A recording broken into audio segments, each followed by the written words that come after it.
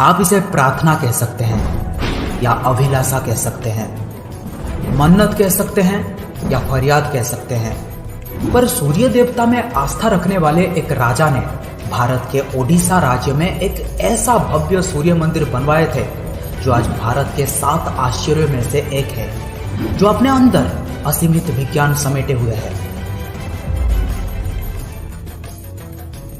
श्री भारतवर्ष, जिसे दुनिया कभी विश्व गुरु के नाम से भी जानती थी, उसी भारतवर्ष में एक महत्वपूर्ण राज्य है ओडिशा।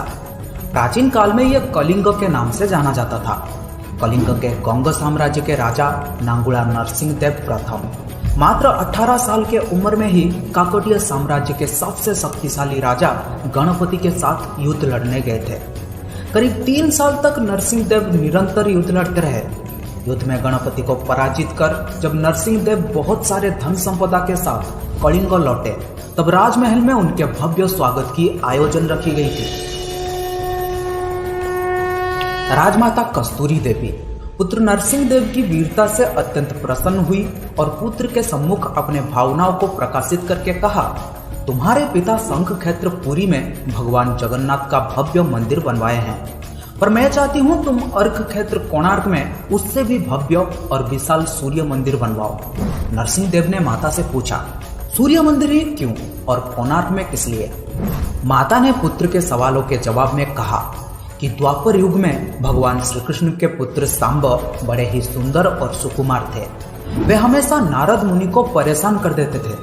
एक बार नारद जी ने उन्हें सबक सिखाने के लिए योजना की। नारद जी ने सांबों के सुंदर शरीर की तारीफ करते हुए उन्हें गोपियों के साथ जल क्रीड़ा करने को उकसाया। वहीं दूसरी तरफ भगवान श्री कृष्ण को जाकर कह दिया कि सांबो अपने मां समान गोपियों के साथ जल क्रीड़ा कर रहा है। ये बात सुनकर भगवान श्री कृष्ण अत्यंत क्रोधित हो उठे और तुरंत अपने बेटे सांब को श्राप देते हुए कहा कि जिस सुंदर शरीर के लिए तुम्हारा इतना गुरूर है वो अभी नष्ट हो जाएगा। सांब को कुष्ठ रोग हो जाता है।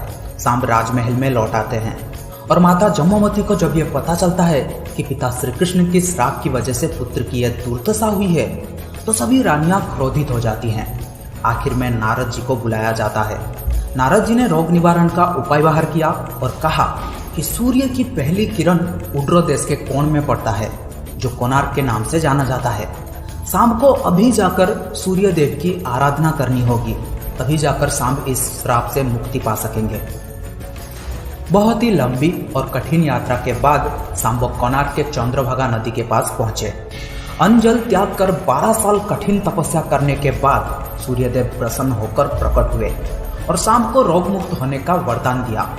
स्नान के पश्चात जब सांबो नदी से बाहर आते हैं, तब वे रोग मुक्त हो चुके होते हैं और उनके हाथों में एक छोटा सा पत्थर होता है। उनके सुंदर और सुकुमार शरीर को देखकर सभी अनुचर और सेवक अत्यंत प्रसन्न थे।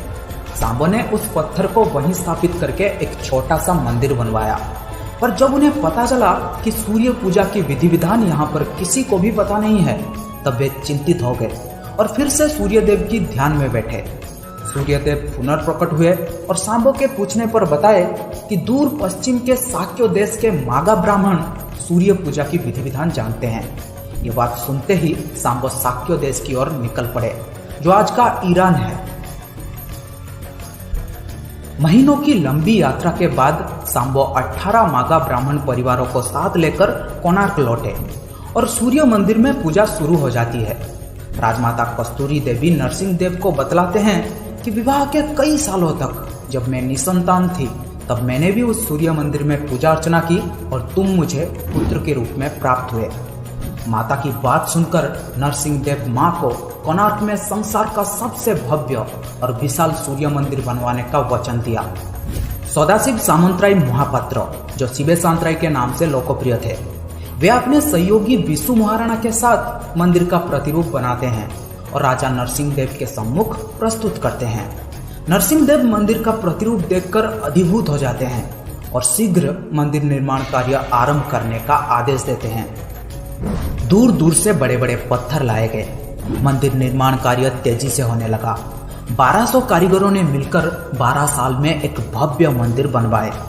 पर लाख कोशिशों के बाद भी उस विशाल मंदिर के गुंबद पर एक कलश स्थापित नहीं हो पा रहा था, जो किसी चुंबकीय पदार्थ से बना हुआ था।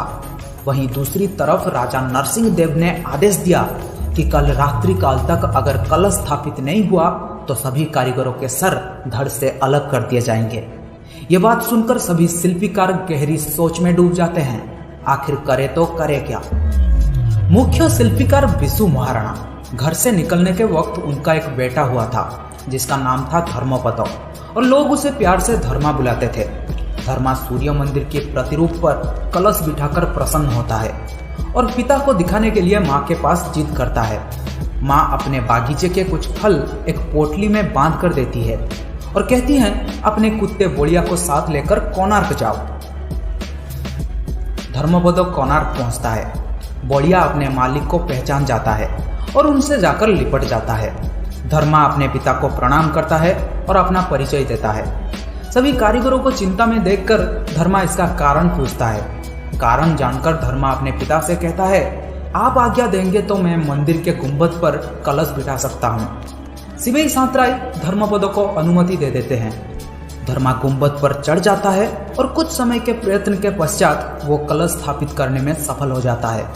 गुंबद पर कलश स्थापित होते ही सूर्य देव की भव्य प्रतिमा चुंबक के प्रभाव से हवा में झूलने लगती है।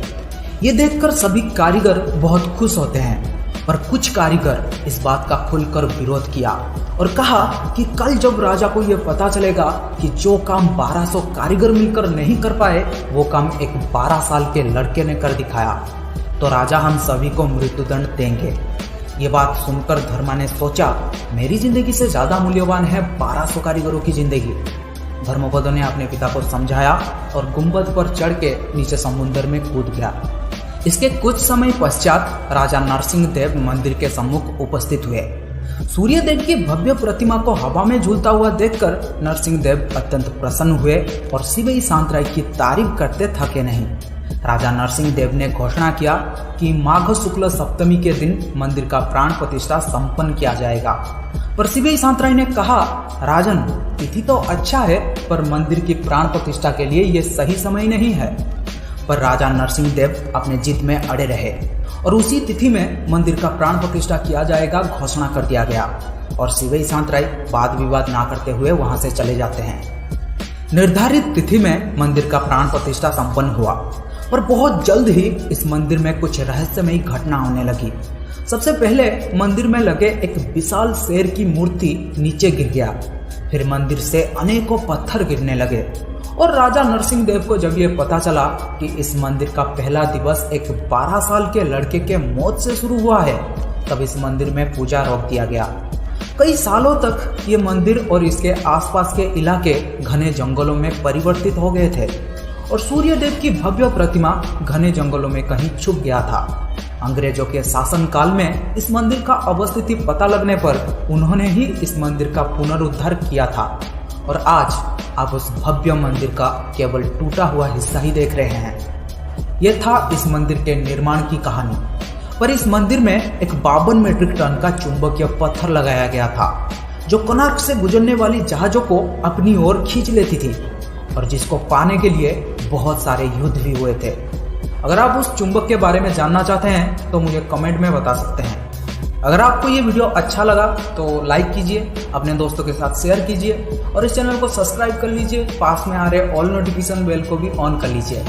मिलते हैं और एक इंटरेस्टिंग वीडियो में, तब तक के लिए till then have a great day, bye, thank you.